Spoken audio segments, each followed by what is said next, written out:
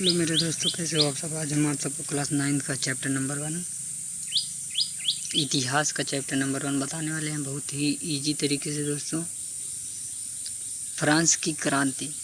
France की क्रांति बहुत मतभेद है दोस्तों, कैसे हुआ, हमारा देश कैसे आज़ाद हुआ, पूरा प्रोसेस आप सबको बताएंगे बहुत ही इजी तरीके से दोस्तों। चलो दोस्तों शुरू करते हैं वीडियो। जय हिंद, वंदे मातरम। वीडियो अच्छा लगेगा भाई चैनल को सब्सक्राइब करना, साथ में बेल आइकन दबाना मत भूलना। चलो दोस्तों शुरू करते हैं। फ्रांस की क्रांति। फ्रांस की क्रांति क्या हुई, चलो बताते हैं। क्रांतियों मतलब कि बहुत क्रांति हुई पहले। क्रांतियों मतलब बहुत क्रांति पहले हुई। श्रृंखला में फ्रांस की क्रांति प्रथम नहीं थी, मतलब कि जब क्रांति फ्रांस की हुई तब यह प्रथम क्रांति नहीं थी, बहुत युद्ध हुए थे। ठीक, इतना कॉन्सेप्ट कंप्लीट। चलो आगे। परंतु प्रभावों की दृष्टि से यह अति महत्वपूर्ण थी कि 5 मई 1789 ईस्वी में फ्रांस में क्रांति हुई। दोस्तों यह बहुत ही इम्पोर्टेंट है, आप सब याद कर लीजिए। फ्रांस की क्रांति कब हुई? 5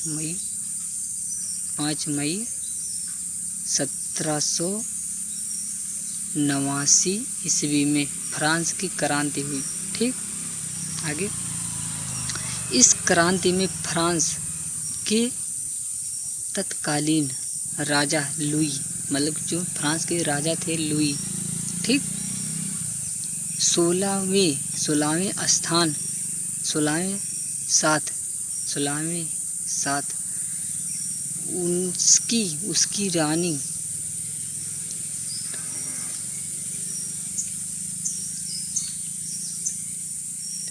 एंतोनियत की हत्या कर दी गई, मतलब उनकी जो वाइफ थी उनका हत्या कर दिया गया। ठीक, फ्रांस में यह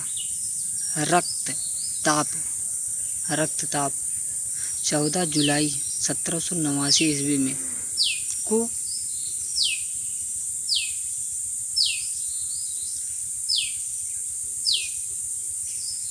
बस्तिल की घटना मतलब बस्तिल की घटना हुई।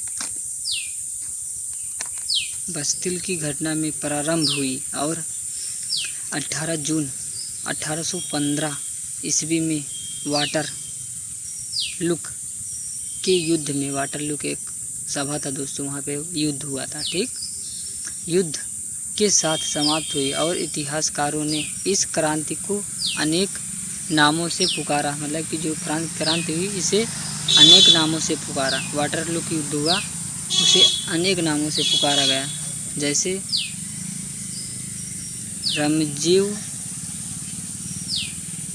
रमजीव मयूर जैसे इतिहासकार इसे विश्व क्रांति मानते थे, मतलब विश्व क्रांति मानते थे। ठीक, आगे। 19वीं शताब्दी में फ्रांस के व्यवसाय और व्यापार की पुष्टि दृष्टि से उन्नतिशील देश था। उत्तरी अमेरिका तथा विशाल भूभाग उसके पास था, मतलब कि जो फ्रांस था, फ्रांस के पास जो अंग्रेज थे उन सब के पास था उत्तरी अमेरिका। ठीक, भूभाग उसके पास था। औद्योगिकी उत्पादक तथा विदेशी व्यापार जो दोस्तों विदेश से सामान आते हैं उसे विदेशी व्यापार कहते हैं। ठीक, आगे। में भी फ्रांस यूरोप से आगे था, मतलब कि यूरोप से आगे फ्रांस था व्यापार में। ठीक, आगे। साहित्यिक और कला के क्षेत्र में भी विकसित था, मतलब कि दोस्तों जो फ्रांस था वह साहित्यिक और कला सब में विकसित था, मतलब कि आगे था, 10 कदम आगे था। जैसे हम आज 2 कदम पीछे हैं तो वह 10 कदम आगे था फ्रांस। ठीक, इसका इतना सब होते हुए भी फ्रांस में क्रांति हुई। इसका मुख्य कारण साधारण वर्ग की दशा का अत्यधिक शोचनीय होना था, मतलब कि जो साधारण वर्ग थे दोस्तों, जो मीडियम क्लास के बने, मिडिल क्लास के, ठीक, उन्हीं सबका सोचना था। ठीक, आगे। साथ ही राजाओं की निरंकुशता मतलब किसी काम को ठीक से ना करना, उसे को क्या कहते हैं, नृशंसता। ठीक, उनकी अयोग्यता एवं शासन संबंधित विभिन्न अनियमित कार्य करना, मतलब कि अनियमित कार्य मतलब कि कार्य नहीं करते थे, कोई प्रकार का फालतू काम करते थे। ठीक, भी जन आक्रोश का कारण था। निम्नलिखित पर विचार करें। आगे, एक बार जब फ्रांस में राजा और रानी की सवारी के पीछे, मतलब कि राजा रानी जा रहे थे, उनकी सवारी के पीछे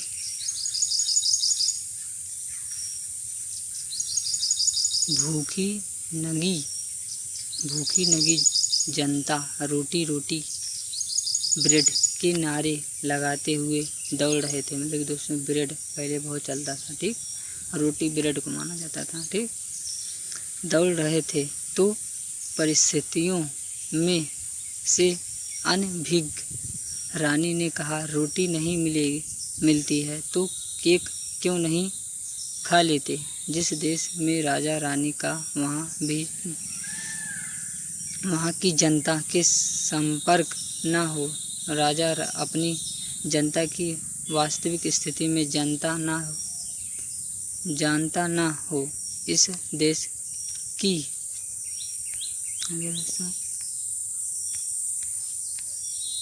की जनता भूखी हो, उस देश की जनता के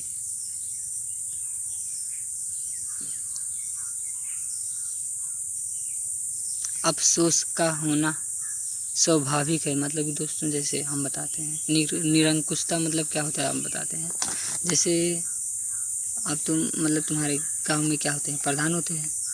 क्या हुआ, मतलब कि तुम भूखे मर रहे हो। ठीक, तुम अपने प्रधान से कोई भी चीज़ मांग रहे हो, तुम्हें नहीं मिल रहा है, तो इसे क्या होगा, निरंकुशता। ठीक, निरंकुशता। ठीक, यही होगा मतलब। ठीक, आगे, यह असंतुष्ट क्रांति का मूल कारण था। मतलब कि यह उनकी आपूर्ति नहीं किया जाता था, इसीलिए वो सब गुस्सा हो गए। आगे, 18वीं शताब्दी में फ्रांसीसी तत्कालीन आर्थिक दशाएं। आगे, बुर्बो राजवंश एक दोस्तों एक नेता थे, उनका राजवंश था बड़ा। ठीक, उसी को कहा जाता था। में लुई 16वें ने 1774 ईस्वी में फ्रांस के राजा के रूप में शासन संभाला। मतलब कि 17वीं शताब्दी में कौन था राजा, लुई। ठीक, फ्रांस का। उस समय उनकी उम्र केवल 20 साल और उनका विवाह ऑस्ट्रेलिया की राजकुमारी मेरी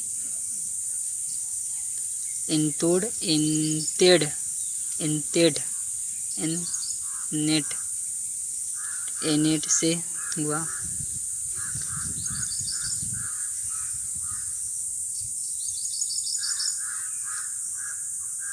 राज्यारोहण के समय उनके राजकोष खाली था। मतलब कि जब वह घर थी तो उनका राजवंश खाली था, और जो लुई थे वह कहीं पे चले गए थे। ठीक, आगे, समय उनके राजकोष खाली था। लंबे समय तक युद्ध होने के कारण फ्रांस में वित्तीय साधन नष्ट हो गए। मतलब खाने पीने वाला साधन नष्ट हो चुके थे, जिससे राजकोष खाली हो गया था। अमेरिकी स्वतंत्रता संग्राम में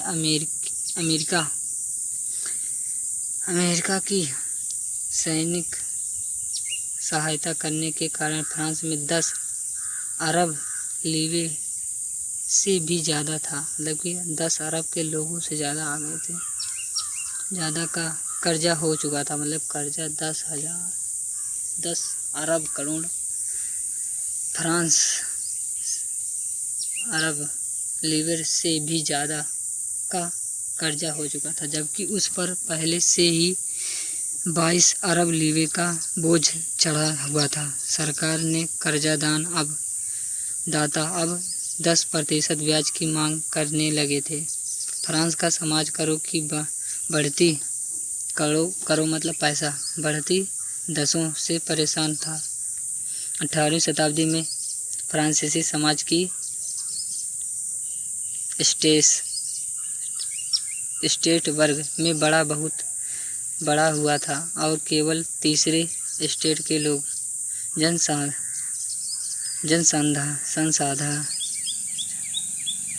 जनसाधारण की कर अदा करते थे। मतलब कि जो दोस्तों मध्यम और तीसरे वर्ग के लोग थे वह मतलब कि कर्ज देते थे। ठीक, और जो मध्यम वर्ग थे, जो इनके पास पैसा नहीं था, वह नहीं देते थे। ठीक, आगे 18वीं शताब्दी का फ्रांसीसी समाज में 18वीं सदी के 3 स्टेट में बटा हुआ था। मतलब कि फ्रांसीसी 18वीं शताब्दी में 3 स्टेट में बटा हुआ था। प्रथम स्टेट, दूसरा द्वितीय स्टेट, तृतीय स्टेट में बटा हुआ था। पहला स्टेट क्या था? पादरी वर्ग मतलब जो अमीर लोग थे, पादरी वर्ग जो हल्का गरीब थे। देखते हैं दोस्तों, आगे बताते हैं। जो पादरी वर्ग मतलब इजी से समझिए। यह वर्ग चर्च के विशेष कार्यों को करने वाले व्यक्ति का समूह था।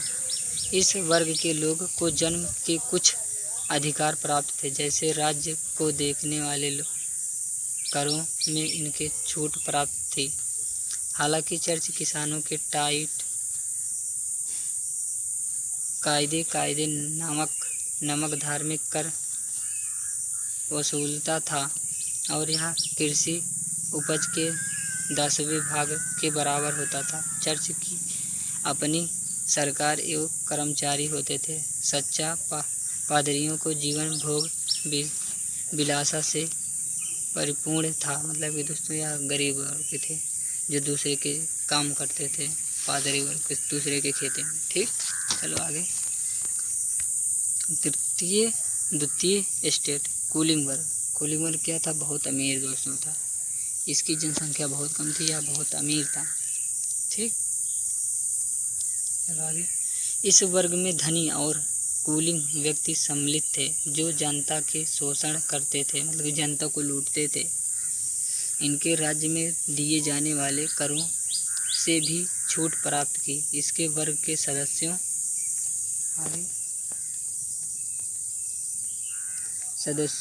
को भी कुछ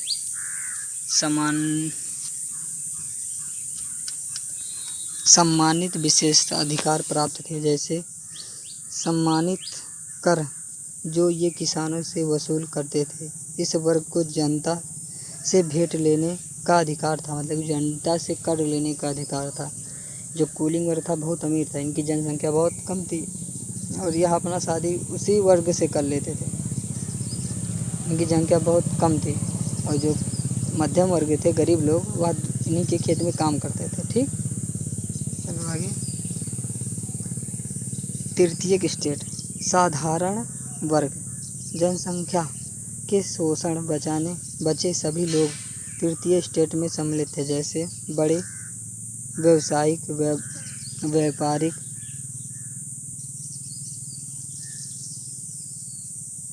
अदालती कर्मचारी, वकील, किसान एवं कारीगर, छोटे किसान, भूमिहीन मजदूर, नौकर आदि इन वर्ग में सम्मिलित थे। लोगों के विशेष अधिकारों सीमित थे तथा इन राज्यों में सीधे कर देना पड़ता था। तृतीय स्टेट में भी सभी सदस्य को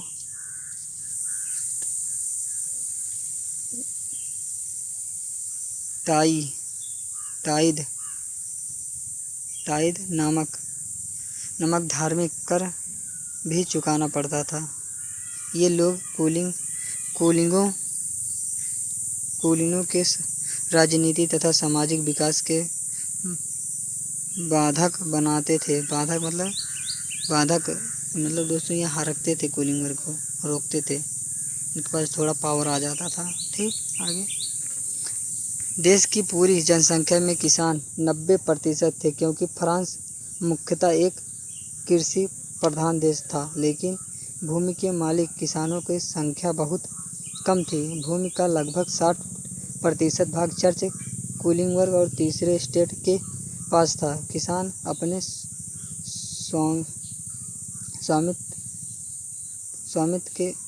स्वामी के घर एवं खेतों में काम करते थे। स्वामी मतलब जो कूलिंग वर्ग थे उन्हीं इनको स्वामी कहा गया और उन्हीं के खेत में काम करते थे। स्वयं सेवाएं देने, कपड़ों को निर्माण की सहायता देने आदि के लिए मजदूर थे।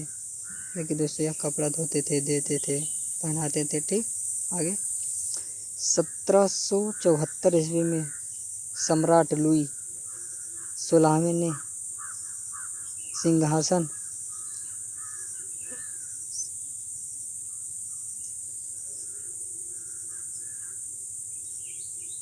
रूढ़ होने से यह समय फ्रांस की आर्थिक स्थिति दयनीय थी।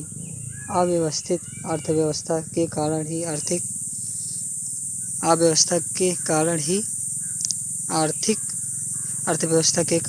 आर्थिक स्थिति अचर लचर थी तथा राजकीय आय और राजा की व्यक्तिगत आय में कोई अंतर नहीं था। आय व्यक्ति का लेखन जोखन नहीं रखा जाता था तथा अधिकांश धन राज परिवार के सदस्यों, कुलीन वर्ग तथा सामंतों के भोग विलास पर व्यक्त होता था। इसी प्रकार प्राचीन शासन व्यवस्था में स्थिति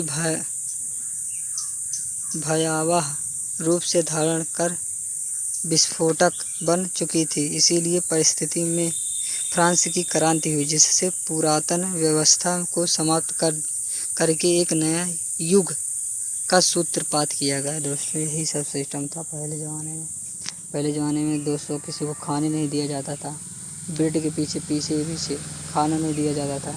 इसीलिए क्या हुआ, फ्रांस की क्रांति हुई, अंग्रेज को मारा गया और उन्हें पीट के ख़त्म किया गया। इसीलिए फ्रांस की क्रांति हो गई। फ्रांस की क्रांति कब हुई? 5 मई 1789 ईस्वी को हुई। जय हिंद दोस्तों, वंदे मातरम। मिलते हैं अगले वीडियो में। जय हिंद, वंदे मातरम।